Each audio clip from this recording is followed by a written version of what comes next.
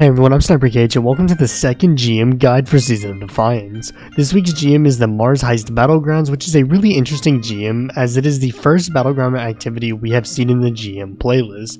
It brings a little bit of a learning curve to it, but with today's tips you should be able to clear it easily. With that being said, I'm SniperKH and let's dive into the guide. Let's start with loadouts. For this GM, you'll need to cover Barrier and Unstoppable Champions, which is much easier to cover with the loadout I have today. For primaries, run any of the following: Arbalest, Chokeclip Riptide, or Conditional Finality. I just run Arbalest for easy access to anti-barrier, but run what you'd like. For secondaries, run an anti-barrier or unstopped secondary to help take care of the second champion type. I chose to run the Tarnished Metal for access to unstoppable mods. For heavies, I'd recommend running Void LMGs as they will help immensely for ad clear, and having a Void weapon with bricks for Beyond will grant a lot of heavy for your team. For subclasses, I'd recommend running Solar Warlocks for Void Hunters for invisibility, and whatever else you'd like. Finally, for mods, run Solar Arc and Melee Resistance mods. With that being said, let's get to the guide. For the start, have your team clear out the ads that are running at you. From there, run to the A tower and clear out all the ads in this area. Once all ads are dead in this area, have two players run towards the back area while one destroys the hive gunk on the tower. Once the tower starts rising, have your third player run over to spawn kill the glowing acolyte.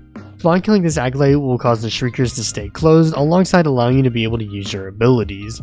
Once the acolyte is dead, focus the two unstoppable ogres and then kill the enemies on and by the tower and then capture the tower.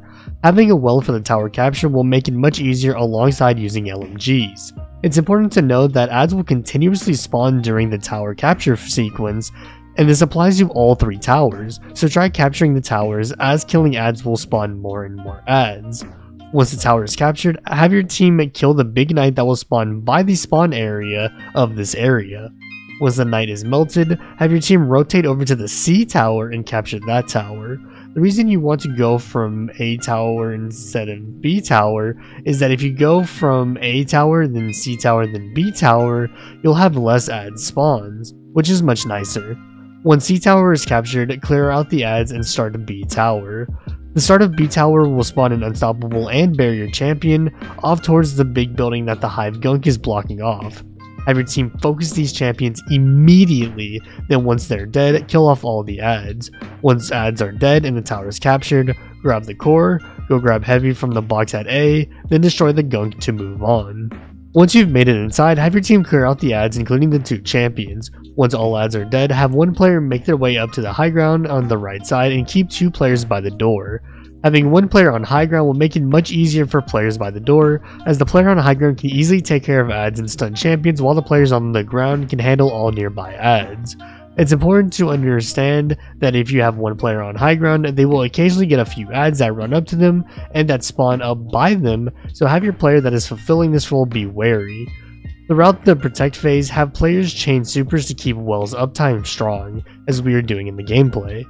Towards the end of the scanning section, you'll have a big ogre spawn in. Have your high ground player chip away at the ogre's health, and once it gets closer to the door, have the rest of your team focus it down. Once the door is open, you can move on. The next section is the outside ledge section. Simply have your team hide behind the boxes and use the ship to block line of sight between you and the ship. Failing to do so will cause the ship to kill you after 15 seconds, which you obviously don't want. Once you've jumped down from the ledge onto the platform below, have your team make their way up the hill of hive gunk and jump onto this pipe. Instead of continuing forward, have your team turn around and follow the beam away from where you would normally go. Following this path will actually take you to the door you need to reach, allowing you to avoid the hive ships and ads that would be awaiting for you on the platform you needed to jump to. Once you've opened the door, slowly clear out the ads that are awaiting your arrival. Once they're dead, push in further and clear out the rest of the ads. Once all ads are dead, scan the door and move on. The second to last part of this strike requires your team to break 5 hive locks on the vault. While there are 3 beams in this room, I'd highly recommend avoiding the beam on the left, as it is the only beam guarded by tanky ads, and the beam on the right will continue to respawn. Have one player run to the beam on the right while a second player jumps up and grabs the beam from the top platform. You will only be able to destroy 2 locks per beam, so once your middle beam player has destroyed their 2 locks, have them drop down and help with ads that will be spawning from where your team came from. While your team is killing ads, have one player run in and grab the right beam and continue to destroy the last few locks. Once all locks are destroyed, the vault will open, and assuming your team destroyed the locks before the reinforcements arrived, you'll get a free box of heavy ammo. The final room is the boss room. There is a cheese spot in this room that is super helpful and makes this boss fight in the GM a breeze, so I will be showing where it is. When you walk in the room, have your team hang a left and go towards this left corner. Once you get here, walk to the side of the beam that is facing away from the center console, and from there, jump up and land on the small ledge that is right here. Your entire team can sit on this ledge, and it also allows you to stay away from all the ads and lets you shoot the boss without the boss attacking you. Also, remember that similarly to the Proving Grounds GM last week, activate your supers and then activate the middle console, as you'll be refunded of all of your super energy once the fight starts.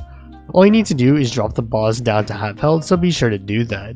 Once the boss is health gated, have your Invis Hunter invis your team and drop down from this ledge. You'll need to deposit 5 arc charges into the middle console, so have your team kill the knights for the charges and let your Invis Hunter take the charge to the console. We'll also have 2 champs, so bait the unstopped champ over to you, kill it, and then try and kill the barrier safely while someone else takes the boss away from everyone. Once all 5 charges have been deposited, have your team regroup at the same spot. Once the boss shows up again, melt him for an easy Mars Battleground GM completion. That'll do it for this guide. If you found it helpful, a like rating would be greatly appreciated, and consider subscribing to the channel for more Destiny 2 content dropping weekly. If you want more content from me, then be sure to stop by my streams that happen right here on YouTube. Finally, follow me on my social media platforms, all linked below. With that being said, I'm SniperKH, and I'm out. Good luck with gaming.